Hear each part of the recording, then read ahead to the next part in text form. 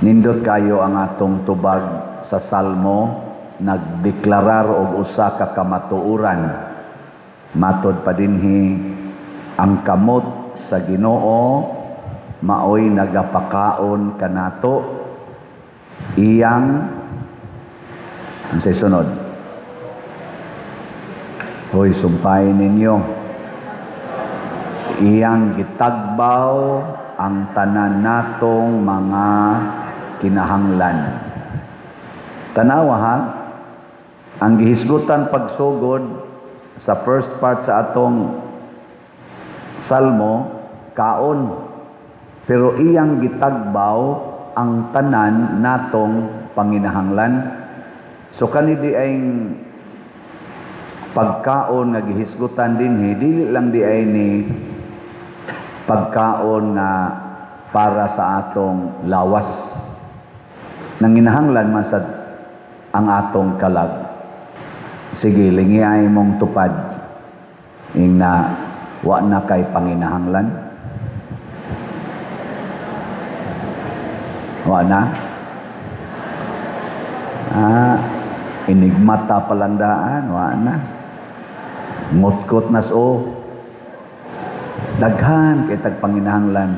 Nya sige tag pangandoy anang mga buta nga gusto natong kabuoton kay milaom ta nga kun maabot lang ni nako matubag kining akong panginahanglan. Nya inigabot na sa nimo didto. Natubag na. Naalang gyapoy panginahanglan. Nya wana tiwasuno na kag edad. Nya mo ingon na sad ka.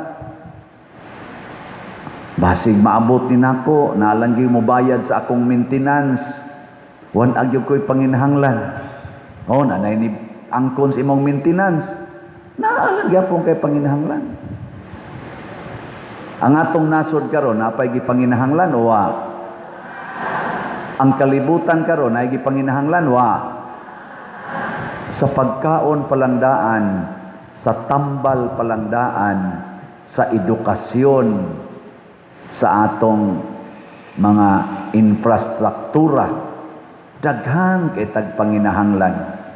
Ani lang mga sektora, no? Di lang sa ta maghisgot diri simbahan, kita dinhi simbahan, wa natay panginahanglan. May kusog kay mong tingog. Og nganong naingon ani man ang kalibutan. Nganong kadtong mga tao nga 5,000 ang laki ray giihap, wa giapil giihap ang babae o mga bata. Sa to pa sobra gitos 5,000. Nganong napakaon man sila sa 5 ra ka bukpan o 2 ka isda. Samtang kita dinhi sa Pilipinas, nganong daghan man kay gigutom, sige man kay nagpangayo nato da pagkaon, na ay magsigig duk-duk inig traffic na yun mo tuktok sa imong sakyanan kay mangayog kaon, na ay gasigig suroy-suroy magsig pangayog pagkaon, mukaon ka na mga restaurant na ay magsigig yampungad nimo kay mangayog kaon. Dili lang dinhi tibuok kalibutan na agi mangayog pagkaon. Nganong naingon ana mana naunta trillions man ang income unta sa atong nasod. Trillions mo average og tag 4 trillions of pesos. Nganong di man mapakaon ang uban. Tungod kay dili na kamot sa Ginoo ang nagpakaon. Kamot nas mga politiko. Naningkamot ang atong mga politicians nga sila maoy ilhon nga Ginoo sa atong nasod. Sila'y magkontrol sa pagkaon. Sila'y magkontrol sa kwarta. Sila'y magkontrol sa atong mga balaod. Sila'y magkontrol sa atong ekonomiya.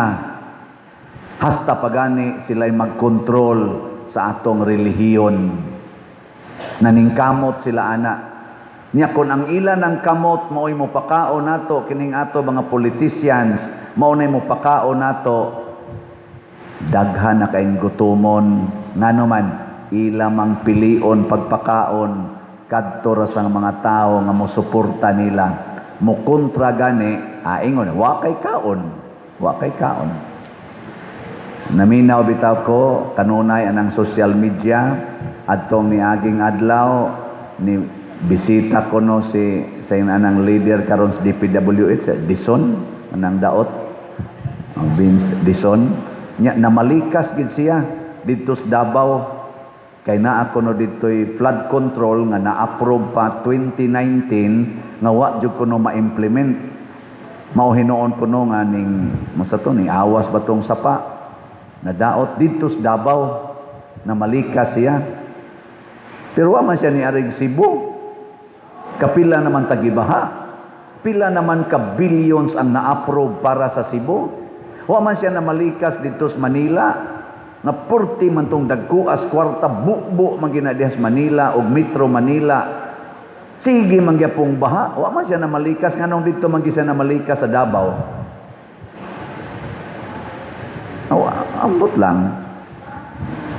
Nya murag si BP Sara matingito gipangutana unsay imong reaksyon nga namalikas man ni si Dison dito sa Davao nga wa kuno moy gibuhat sugod pa 2019. Nya ni sulti sad si Sara ba to ang yamo tong igsoon. Ang sad sugad atong tuiga wa na masad mi tagaig budget. Na-approve na nanami anay plano ni konsulta pagin mi nag international nga firm nga maayo gyud ana mga flood control pero pagpangayo na mong budget zero budget ang Davao City unya balikason dayon nganong wa kasulbad sa problema wa man sa tagaig budget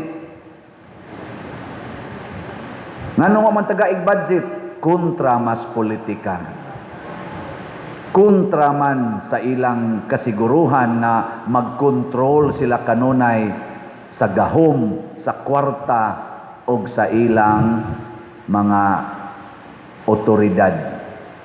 Mao nang ako kang hulgaon. Mao na roy duwa sa atong mga politiko. Mao nang daghan kay tang gigutom din sa atong nasod, daghan kay tang gigutom para sa pagkaon, para sa flood control, para sa tambal, sa PhilHealth, sa edukasyon, gigutom ta ana.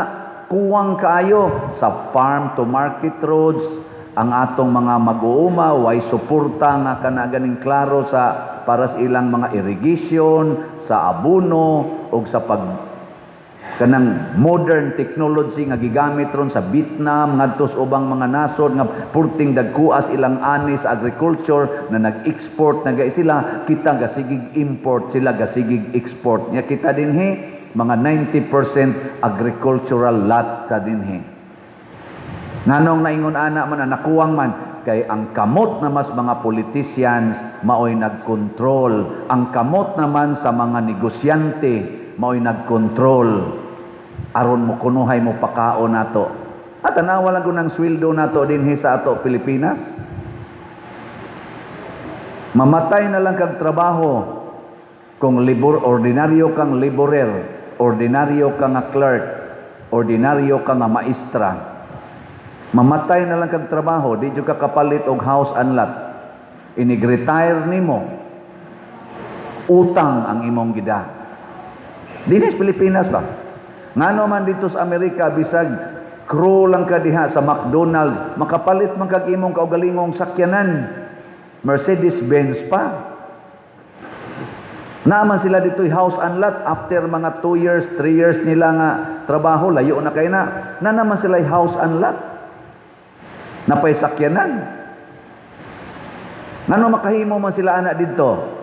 Di ko mo ingon nga lahi ta dinhig income, lahi sa ditog income. Maura man ang paningkamuta. Ang ato mga Filipinos dito nindot man kay kahimtang. Makatukod mangigdag kong balay dire sa ato Pilipinas. Ngano ari ka trabaho sa Pilipinas maglisod man. Kaya ang ato mga politicians unsa man?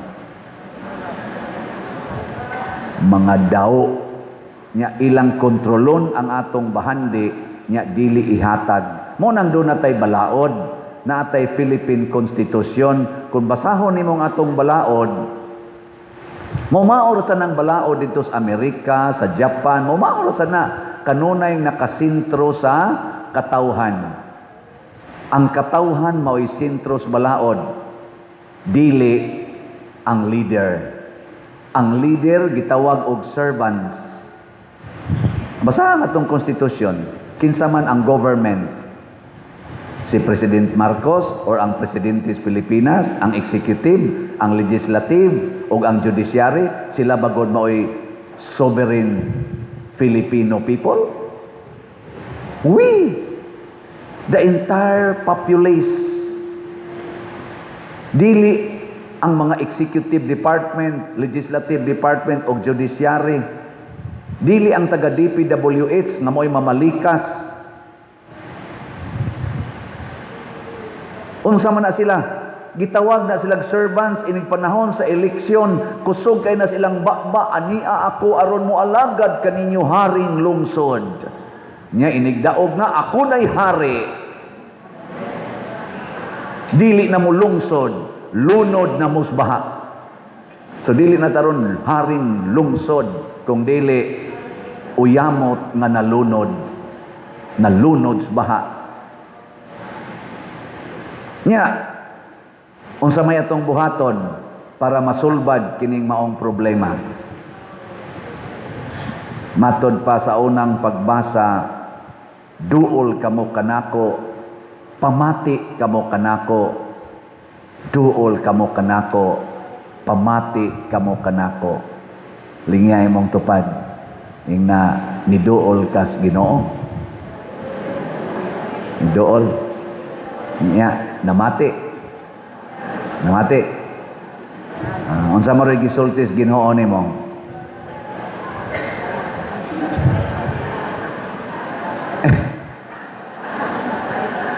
Diri sa atong ebanghelyo niingon ang mga tinun-an ni Hesus. Si Hesus mo ang Ginoo, ang mga tinun-an mo nitudlo sa Ginoo. Mao mo ni atong kinaiya, ang Ginoo mo itong tudluan. Ginoo, palaktan ning mga tao kay mingaw ning dapita, way pagkaon. Unsa may gingos Ginoo? Kamo maoy mo pakaon kanila. Da, human lagi. Ako'y mo pakaon? Lima ra ni kapaan ug duha ka isda ang among da. Ingon di Jesus ang ambi na be. Da gikuha ni Jesus. Unsa Lord? Ako'y motubag anang project sa parokya nga 200 ra ni akong da sa ambi na be. Ipalit nag raffle ticket. Unsa Lord? 100 na ni akong da, ambi na be. Ipalit nag slot. Unsa tingan sa tong slot karon? KPS BP. Unsay meaning ana? Kauswagan og panalipod ni Santiago og ni Birhen sa Pilar. Di ba? Sa ato pa, hatagan tagkauswagan og panalipod ni Santiago og sa Birhen sa Pilar nga atong mga patron. Mahitabo ka na, dili. Ang kauswagan, nagsugod na. Nakita na ninyo sa palibot, pinaagis atong slot. Ang problema na lang, mupadayon pabakag palit og slot.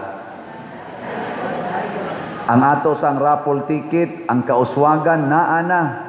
Nahuman ang atong adoration, alay gamay dihang finishing touches. Adoration Chapel. Mupadayon pa ba mo sa raffle ticket o dili na? Mo na karon ighumas misa na dias gawas palit dayon. Mudawat tag dihag cash, mudawat tag GCash, mudawat tag cheque, mudawat pagid tag post-dated nga cheque. Kung ang imong kwarta unya pa to moabot sa katapusan sa Nobyembre, halahatag lang dihag post-dated nga cheque nga balig mga 20,000. Aron madeposito na nanang imong kwarta. Kay unya pa man sa December 8 ang raffles nato sa part 2 sa atong raffle tickets. Nya di man jud ko motuo nga wa kay 100 karong simanaha. Maglisod man kog tuo ana. Mo na ipalit na. Unya Lord, unya Pader, wa na mi amo.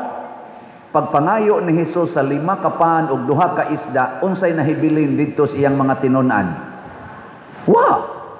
Nothing. Pero pag human ato, gipikas ni Kristo ang pan, ang iyang mga tinun-an, iyang gihatagan, na sila'y something. Sige silang pang-distribute sa 5,000 katao. Na sila'y something. Gikan sa Ginoo. Sige silang ang ilang kamot na puno sa pan ug sa isda. Nga gani, pag ingon ni Jesus, pagkaon na tanan, ingon si Jesus, hipusa ha? Hipusa, kaya na niya ni salin. Pag hipos nila, nahimong 12 kabukag. Ni sobra. Ala, sige lang gid mong palit og slot. Sige lang gid mong palit og raffle ticket. Sige lang yun, sige lang yun. Tanawa, human sa mga usad, 2 ka tuig gikan karon, igtanaw ninyo, nindot na kayong atong bell tower.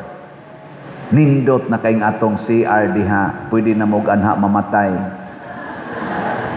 Nindot na kayo ng ato dihang entrance, kay di na nang gabuntaog nga building nga way gamit. Mahimo na na dihang walk of apostles. No? Unya, kaning atong lingkuranan, munindot sa nigmaayo. Ana, wa lang gipakita sa atong IT kay nangatog sila. Naaman ta nay picture. Ingon ana sad na lagi. Ang ato ra jung kaugalingon atong huwaton bitaw. Din ata mo tuboy aning ato mga politiko karon nga ilang ilisan ang Ginoo. Na ang paggamit nila sa legal system nato, may lang silang mugamit sa atong balaod, basta ang ilan ng kontra, ang ilang ipapriso. Pero kung ang ilan na ganing kauban, maoy dagko kay anomalya, way balaod nga gamiton. Pulos pasaylo, pulos pagsabot, pulos paggakos. Pero ilan na ganing kontra, bisag way klaro pagani, ipa-impeach, ipapriso, hutdon gyud papriso, tungod lang kay naglagot sila o kahulga sa ilang seguridad. Wa ni mga ayo ning ato ro mga politicians nga nagbuhat niini.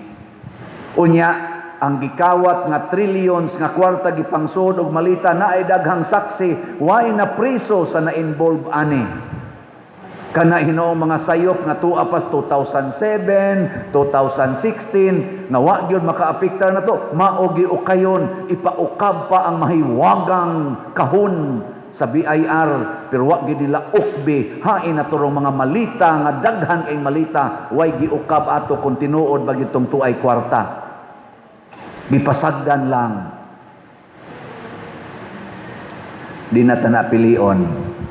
O unsaon man nato pagbungtog ang korupsyon, ayaw nagyod pagsalig anang mga politicians nga kusog kay manghatag og kwarta panahon sa eleksyon.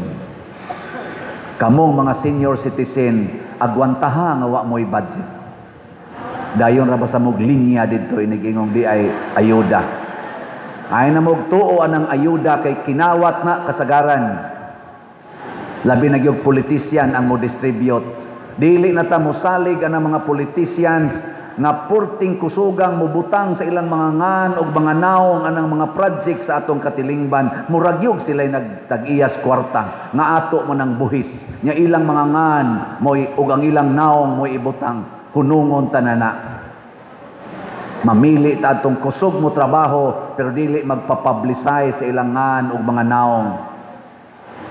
Di na ta mo suportaan ang mga politicians nga magsigig suportaan ang mga bisyo sa atong katilingban sama sa sugal, drugas, immorality nga wa lang gipakabana. Pilion nato nang naningkamot pagwagtang sa drugas niya ng mga sugal kay mao ni nakapurdoy sa atong mga katauhan. Grabe kayong nangaungo sa sugal ang mga nagtrabaho in town, apil ng mga construction worker, wa nagi ikahatag sa ilang lisod kayong pamilya, kay gihurot na sa scatter, gihurot na sa swertres, gihurot na ng manok, di apa pinisingan pa ng kulapo, kay kuan ko no, waswas, pawas abog, niya ang ila ditong balay, napuno sa abog, hastang ilang, sudlanas bugas, abog na lang nahibilin, wa na'y bugas, Nya sila siging waswas sa abog. Mga buangon. Ngano man na tungod na gyapon sa ato mga leaders nga wa magpakabana unsay sugo sa Ginoo. Nahigugma nato ang Ginoo mga igsoon. Matod pa ni San Pablo, way makapahimulag kanato sa gugma sa Dios. Apan ang iyang gugma dili makasulod kung kita dili musunod sa iyang kinaiya. Last na lang lingi sa imong tupad. Ingna imong tupad. Ingna ako'y mo pakaon nimo. Ingna na ako'y mo pakaon nimo.